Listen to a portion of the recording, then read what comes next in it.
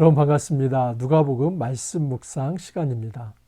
우리가 미래의 영광을 소망하며 현재의 고난을 잘 이겨낼 수 있기를 소망합니다.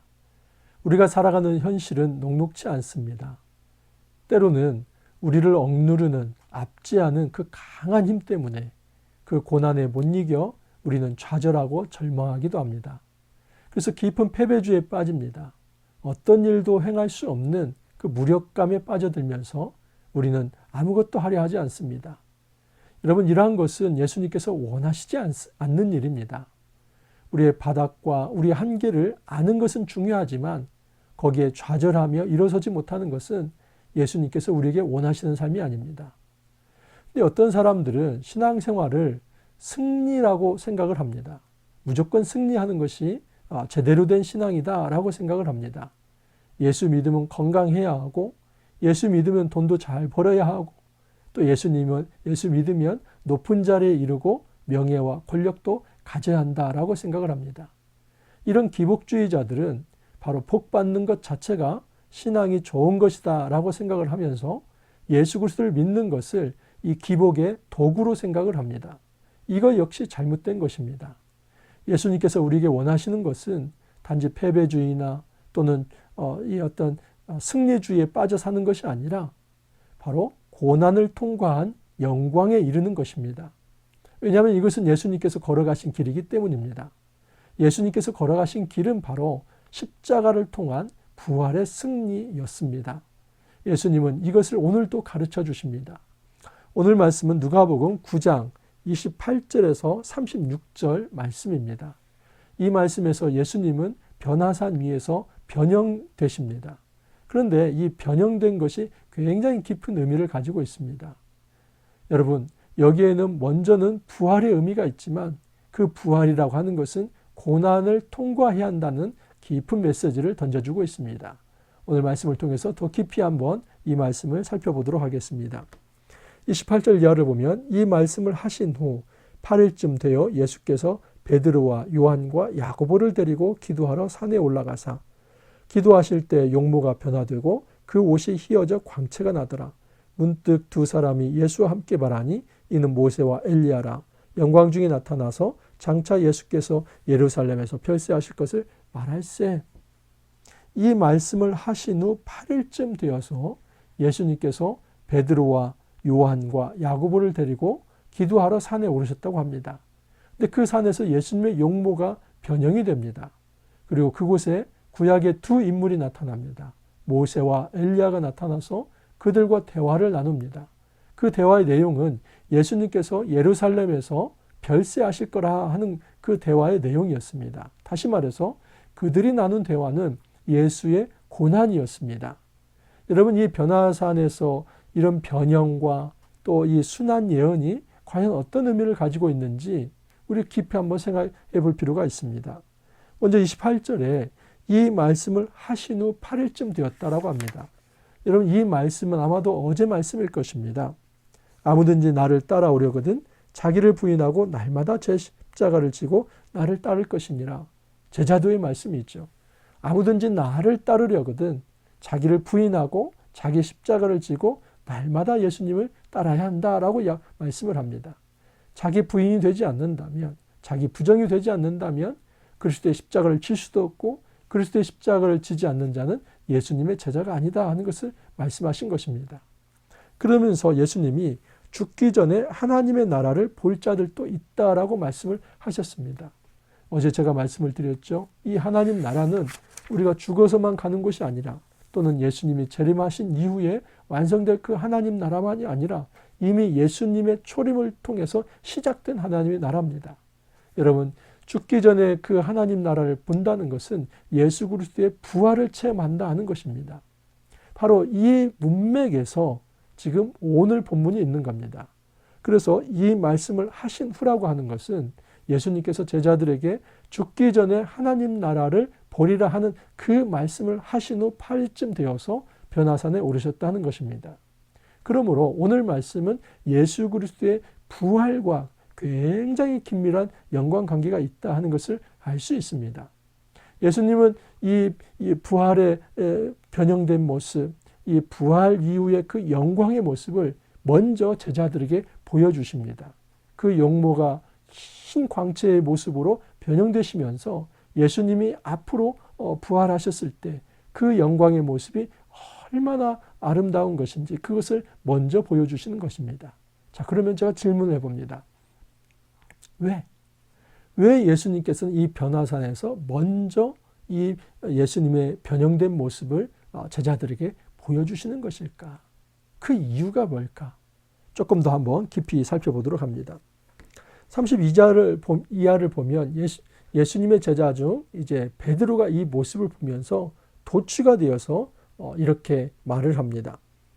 33절 이하를 보면 두 사람이 떠날 때에 베드로가 예수께 여짜오되 주여 우리가 여기 있는 것이 좋사오니 우리가 초막셋을 짓되 하나는 주를 위하여 하나는 모세를 위하여 하나는 엘리야를 위하여 하사이다 하되 자기가 하는 말을 자기도 알지 못하더라. 여러분 베드로는 잠깐 졸고 있었습니다. 항상 이 성경은 예수님이 기도하실 때 제자들이 조는 모습을 대조시킵니다. 이것은 예수님의 영성과 제자들의 영성을 비교한 것입니다. 예수님 어떤 중요한 일을 할 때 하나님과 교제를 나누는 것을 앞세우는데 이 제자들은 아직 거기까지 이르지 못한 것입니다. 그래서 베드로가 자다가 깨서 그런데 예수님의 모습이 변형되어 있고 또 너무나 이 모세와 엘리야와 예수님이 함께 대화 나누는 이 모습이 그 황홀경에 빠져서 베드로가 이런 얘기를 합니다. 초막셋을 짓겠습니다. 장막을 짓겠습니다. 하나는 예수님을 위해서, 하나는 모세를 위해서, 하나는 엘리야를 위해서 하겠습니다.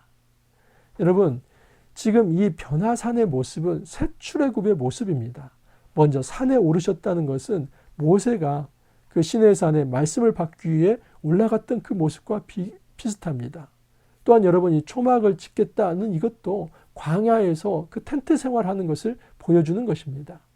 이처럼 지금 새 출애굽의 모습을 보여주시는데 예수님이 그 새 출애굽의 진정한 메시아이며 예수님을 통해서 새로운 말씀이 선포될 것이고 영광의 시대가 돌아올 것이다 하는 것을 이야기한 것입니다. 베드로는 그러나 자기가 한 말이 자기도 무슨 말인지 알지 못하고 했다고 합니다. 이 말 자체는 이 베드로에게 있어서 현재 예수님의 이 변형의 모습이 어떤 의미를 가지고 있는지 잘 알지 못했다 하는 것입니다. 그걸 알지 못하기 때문에 여기에 우리가 머무는 것이 좋겠습니다. 저는 들잠을 자도 좋습니다. 제가 이 초막셋을 지어서 잘 모시겠습니다. 이런 이야기를 하는 겁니다. 여러분 예수님께서 제자들에게 자기의 변형된 모습을 보여준 것은 그 제자들에게 안주시키기 위해서 그것을 하는 것이 아닙니다. 더 중요한 목적이 있었습니다. 34절 이하를 한번 보겠습니다. 이 말할 즈음에 구름이 와서 그들을 덮는지라 구름 속으로 들어갈 때에 그들이 무서워하더니 구름 속에서 소리가 나서 이르되 이는 나의 아들 곧 택함을 받은 자니 너희는 그의 말을 들으라 하고 여기 구름이 나옵니다. 그리고 구름이 그들을 덮었다라고 이야기를 합니다. 그리고 그 구름 속에서 이는 나의 아들 곧 택함을 받은 자니 너희는 그의 말을 들으라라고 이야기를 합니다. 여러분 이 구름이라고 하는 건 세오파니 하나님의 신현 현상을 나타내는 아주 중요한 자연 현상 중에 하나입니다. 구름, 바람, 뇌성, 불 이런 모든 것들은 하나님의 나타남을 보여주는 하나의 어떤 자연 현상들입니다. 그런데 이 구름 역시도 이 출애굽기에 보면은 시내산을 빽빽한 구름으로 감쌉니다. 그리고 또 하나는 성막이 완성되었을 때 그 성막 위에 구름이 머뭅니다. 그리고 하나님의 영광이 가득했다 하는 내용이 나옵니다. 그것을 한번 제가 읽어드리도록 하겠습니다. 출애굽기 40장 34절 35절 말씀입니다. 구름이 회막에 덮이고 여호와의 영광이 성막에 충만하매 모세가 회막에 들어갈 수 없었으니 이는 구름이 회막 위에 덮이고 여호와의 영광이 성막에 충만함이었으며 어떻습니까? 여러분 성막에 구름이 덮이고 그곳에 여호와의 영광이 충만했다라고 기록되어 있지 않습니까? 지금 바로 그러한 모습입니다. 변화산에서 변형된 예수님의 모습은 영광의 모습입니다. 근데 그 구름이 덮이고 그 구름이 가리면서 그들이 구름 속으로 들어갔다라고 이야기를 하고 있습니다. 여러분 예수님께서는 요한복음 1장 14절에 보면 말씀이 육신이 되어 우리 가운데 거하셨다라고 얘기를 합니다. 근데 그 거했다는 말이 에스케노센 하는 이 헬라어가 이 장막을 쳤다 하는 의미입니다. 쉽게 말해서 요한복음 1장 14절은 성육신 말씀인데 그 성육신이라고 하는 것은 말씀이 육신이 되어 우리 가운데 장막을 치심에 이른 말입니다. 그랬더니 이 예수님의 영광을 하나님의 독생자의 영광이다라고 표현하지 않습니까? 이것은 예수님이 이 땅에 성막으로 오셨고 그 성막 가운데 하나님의 영광이 가득 넘쳤다는 것과 연결이 됩니다. 오늘 변화산의 변형 사건도 마찬가지입니다. 예수님 위에 구름이 꽉 덮이면서 그곳에 하나님의 영광이 임했다는 것은 예수님이 이 땅에 성막으로 오셨다 하는 것입니다. 자, 여러분, 새 출애굽의 그 모티프가 예수님을 통해서 이루어지는 겁니다. 그런데 중요한 사건은 이 중요한 것은 무엇이냐면 이 변화산에서 예수님과 엘리야와 모세가 나눴던 대화입니다. 그 대화는 예수님이 예루살렘에서 별세하실 것을 말씀하셨다는 겁니다. 예수님이 이 땅에 하나님의 성전으로 오셨는데 그 성전은 바로 모든 사람들을 구원하기 위해서 찢어지는, 무너지는 성전입니다. 또한 모든 사람들을 구원하기 위해서 다시 한번 일으켜 세워지는 성전입니다. 여러분, 요한복음 2장 19절부터 21절 사이에 보면 이런 말씀이 있습니다. 너희가 이 성전을 헐라. 그리하면 내가 사흘 만에 일으키리라. 많은 사람들이 이렇게 이상하게 생각했습니다. 이 거대한 이 헤롯 성전, 그 46년 동안 지어졌는데 이 성전을 허물기도 어려울 뿐만 아니라 그것을 자기가 이렇게 세운다고 어떻게 가능해?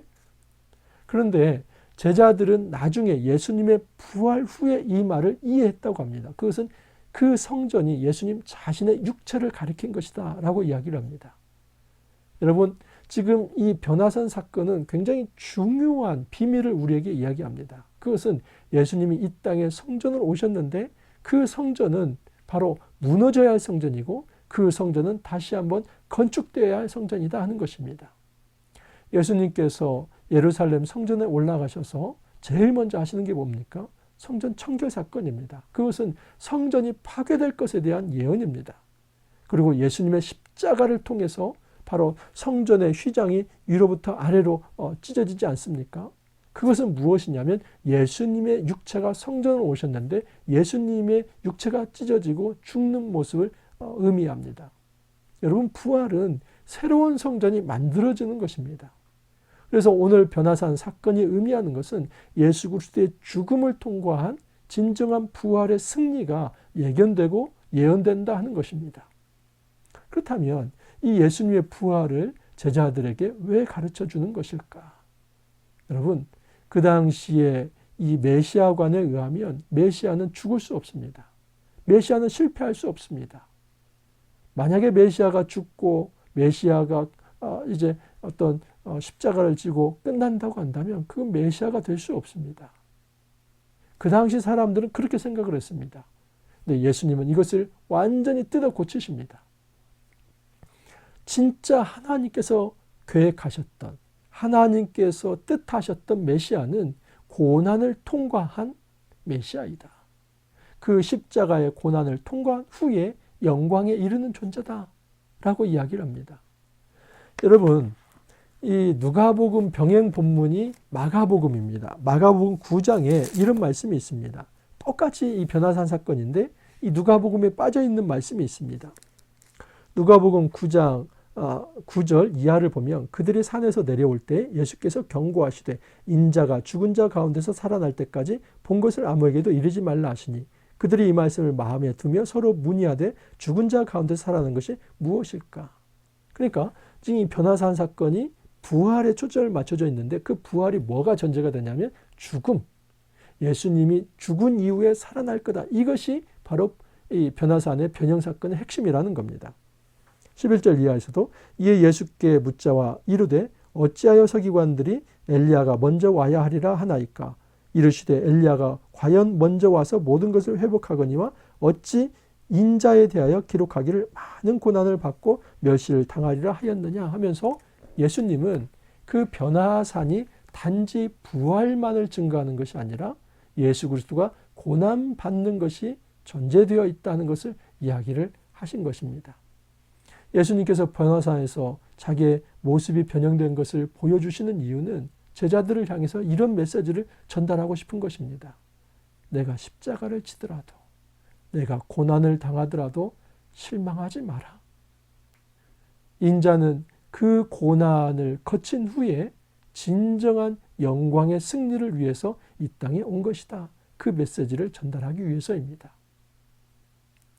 사랑하는 성도 여러분, 우리가 정말 영광의 자리에 이르고 싶다면 이 고난을 우리가 거부하지 말아야만 합니다.